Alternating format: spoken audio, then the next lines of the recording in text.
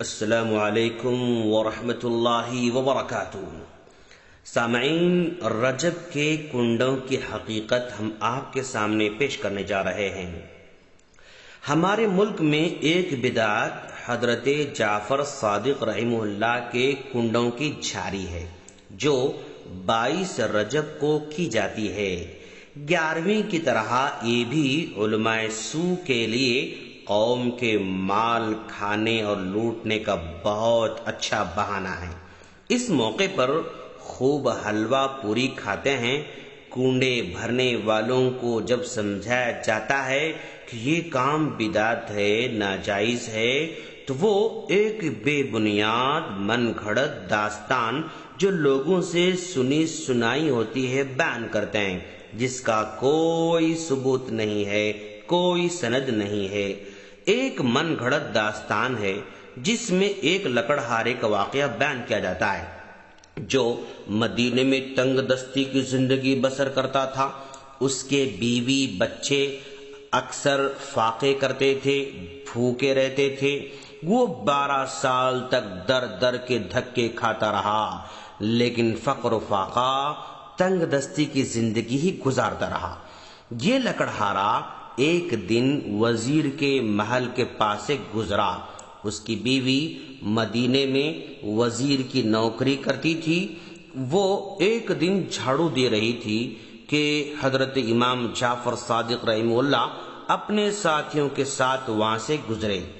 وہ وزیر کے محل کے سامنے کھڑے ہو کر اپنے ساتھیوں سے پوچھتے ہیں، آج کون سی تاریخ ہے؟ انہوں نے جواب دیا، آج رجب کی 22 تاریخ ہے۔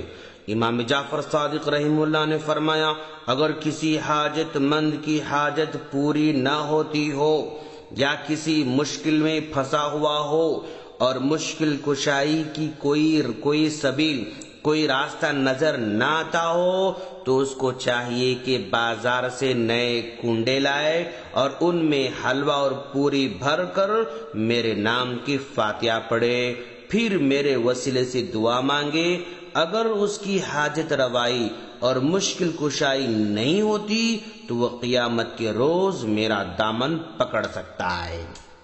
یہ ایک بالکل من گھڑت قصہ ہے جو پیٹ کے پجاریوں اور علماء سو نے اپنے کھانے کا بہانہ بنا رکھا ہے۔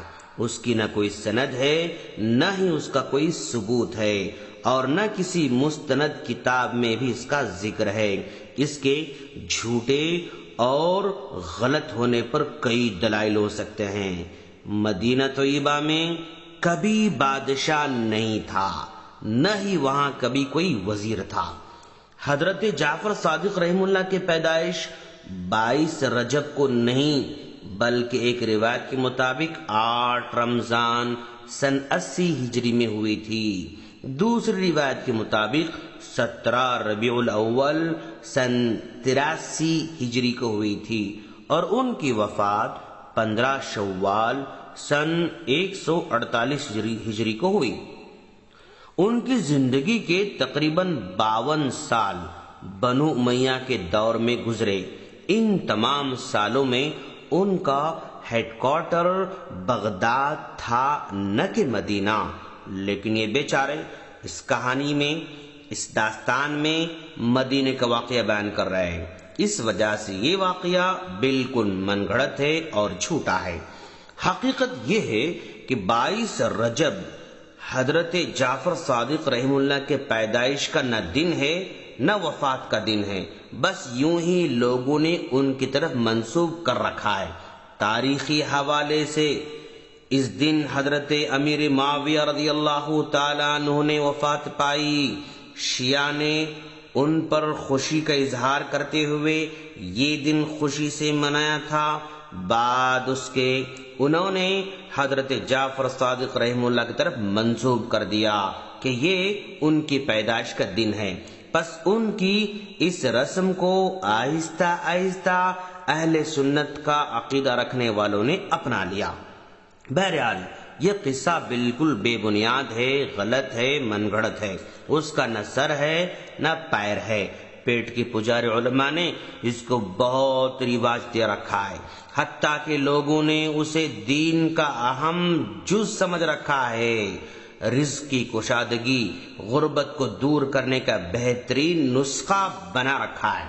چنانچہ اکثر تنگ دست لوگ اپنی تنگ دستی، فقر و فاقے سے نجات حاصل کرنے کے لیے رجب کے کنڈے کرتے ہیں۔ اگر بالفرض ہم یہ بات درست مان لیں کہ اسی دن امام جعفر صادق رحمہ اللہ پیدا ہوئے تھے، تو پھر بھی یہ کام ناجائز ہے اور شرک کے زمرے میں آتا ہے، کیونکہ مشکل کشا اللہ ہے، حاجت روا اللہ ہے، نہ کہ حضرت جعفر صادق رحمہ اللہ، اور ان کا وسیلہ بھی جائز نہیں۔ مکہ کے مشرک بتوں کو خدا نہیں سمجھتے تھے، بلکہ وہ کہتے تھے کہ یہ ہماری سفارشی ہیں، ہم ان کو خدا تصور نہیں کرتے، ہم تو صرف ان کے وسیلے سے اللہ سے دعا مانگتے ہیں۔ جیسا کہ اللہ تبارک و تعالی فرماتا ہے سورہ یونس آیت نمبر 18 میں، اللہ فرماتا ہے اعوذ باللہ من الشیطان الرجیم بسم اللہ الرحمن الرحیم وَيَعْبُدُونَ مِن دُونِ اللَّهِ مَا لَا يَضُرُّهُمْ وَلَا يَنفَعُهُمْ وَيَقُولُونَ هَؤُلَاءِ شُفَاعُونَا عِندَ اللَّهِ۔ یہ مشرکین عرب اللہ کے سوا ایسے لوگوں کی بات کرتے ہیں جن کو ان کے نفع و نقصان کا کوئی اختیار نہیں ہے۔ وہ اس بات کا خود اعتراف کرتے ہیں کہ ہم ان کو خدا نہیں سمجھتے، تمام امور کا کرنے والا اللہ ہی ہے، لیکن یہ اللہ کے پاس ہمارے سفارشی ہیں۔ قرآن مجید میں بڑی وضاحت کے ساتھ یہ بیان کیا گیا ہے کہ مشرکین مکہ کا عقیدہ تھا کہ اللہ ہی ساری دنیا کا پیدا کرنے والا، سب کو پالنے والا ہے۔ وہ سمجھتے تھے کہ اللہ وہ ہے جس کے ہاتھ میں ساری دنیا کی حکومت ہے، اس کے باوجود بھی قرآن مجید نے ان کو مشرک کہا۔ ابھی سوال یہ پیدا ہوتا ہے کہ جب وہ اللہ کو اپنا پیدا کرنے والا، ان کو روزی دینے والا اور ان کا مالک تسلیم کرتے تھے تو ان کو مشرک کیوں کہا گیا؟ یہی وہ نقطہ ہے جس پر غور کرنے سے شرک کی حقیقت واضح ہو جاتی ہے۔ حقیقت یہ ہے کہ مشرکین عرب نے اللہ کے سوا جن کو سفارشی سمجھا، وہ ان کو اللہ کی مخلوق اور اس کے بندے ہی تسلیم کرتے تھے، لیکن اس کے ساتھ ان کا یہ دعویٰ تھا کہ وہ اللہ کے ہاں ہماری سفارش کریں گے۔ ہم جو کچھ مانگتے ہیں اللہ سے ہی مانگتے ہیں، لیکن ان کے وسیلے سے مانگتے ہیں۔ ہم ان کی پوجا پاٹ نہیں کرتے اور نہ ہم ان کو خدائی اختیارات کے حامل تصور کرتے ہیں، بلکہ اللہ کا تقرب حاصل کرنے کے لیے ان کا وسیلہ تلاش کرتے ہیں۔ مشرکین مکہ کے اسی عقیدے کی وجہ سے ان کو مشرک قرار دیا گیا، لیکن آج کا مسلمان بھی یہی کہہ رہا ہے کہ ہم ان کو معبود نہیں سمجھتے، بلکہ ہماری دعاؤں کو پہنچانے والا سمجھتے ہیں۔ بھلا بتائیں، ایک کام نبی کے زمانے کے لوگوں نے کیا تو مشرک کہلائے، اور آج وہی کام ہم کر رہے ہیں تو ہمارا شمار کس میں ہو سکتا ہے؟ الغرض، اس رجب کے کنڈوں کا کوئی ثواب نہیں ہے دوستو، بلکہ یہ بدعت کے زمرے میں آتے ہیں۔ کنڈوں کا قصہ جو امام جعفر صادق کی طرف منسوب کیا جاتا ہے وہ بھی تو بالکل غلط ہے۔ اب اگر کوئی یوں کہے کہ ہم بھی امام جعفر صادق کی طرف جو واقعہ منسوب کیا جاتا ہے اس کو نہیں مانتے، بس ہم لوگ امام جعفر صادق رحمہ اللہ کی روح کو ثواب پہنچانا چاہتے ہیں، اس لیے کنڈے کرتے ہیں، تو ہم ایسے نادان بھائیوں سے کہیں گے کہ میرے پیارے بھائی، تم امام جعفر صادق کو ولی اللہ مانتے ہو یا گنہگار؟ اگر تم ان کو ولی اللہ مانتے ہو تو ان کو تمہارے ثواب کی کوئی ضرورت نہیں ہے، گنہگار تو تم ہو۔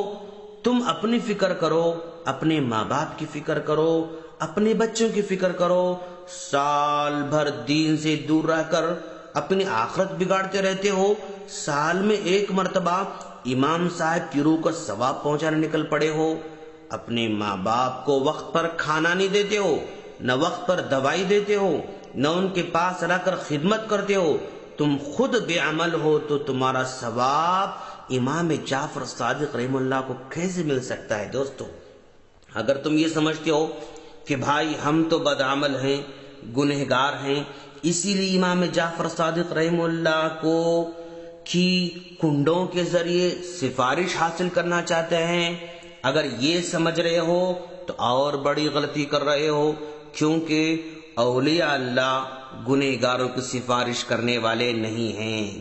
کل قیامت کے دن انبیاء کرام، صدیقین، صالحین، شہداء اپنی طرف سے کسی کی سفارش کرنے والے نہیں، اللہ جن کے بارے میں سفارش کرنے کا حکم دے گا انہی کے بارے میں سفارش کریں گے۔ اب زندگی بھر اللہ کی نافرمانی کرتے ہوئے کیا یہ امید کر سکتے ہو کہ اللہ سفارش کرنے کا حکم دے گا؟ میرے بھائیوں، یہ شیطان کی چال ہے، وہ تم کو ہمیشہ اپنے کاروبار میں، لین دین میں مصروف رکھتا ہے، کبھی نماز کی توفیق نہیں دیتا، کبھی قرآن کی تلاوت کی طرف دل نہیں لے جاتا۔ اب شیطان ایسے لوگوں کو کامیابی کے شارٹ کٹ راستے بتاتا چلا جاتا ہے، فلاں بابا کے پاس جاؤ تمہارا سب بھلا ہوگا، فلاں بابا کا دامن پکڑ کر کامیاب ہو جاؤ گے۔ دوستو، یہ کامیابی نہیں بلکہ اور بڑے گڑھے میں گرا دیتا ہے جہاں سے نکلنا مشکل ہو جاتا ہے۔ تو خلاصہ کلام یہ ہے کہ رجب کے کنڈوں کے ذریعے نہ امام جعفر صادق کو ثواب پہنچا سکتے ہو اور نہ ہی ان کو تمہارے ثواب کی ضرورت ہے۔ ثواب کی ضرورت تم کو ہے، ثواب کی ضرورت تمہارے ماں باپ کو ہے، ثواب کی ضرورت تمہارے خاندان کے لوگوں کے لیے ہے۔ تم نماز پڑھو، تم عمل کرو، دین پر چلو، یہی تمہاری کامیابی کا ذریعہ بن سکتا ہے، ورنہ کنڈوں کے ذریعے تم کو نجات ملنے والی نہیں ہے۔ بس یہ پیٹ پالنے والے علماء کرام کی ایجاد ہے۔ ہم اللہ سے دعا کرتے ہیں کہ باری تعالیٰ تو ہم تمام کو دین کو سمجھ کر اس پر عمل کرنے کی توفیق عطا فرما۔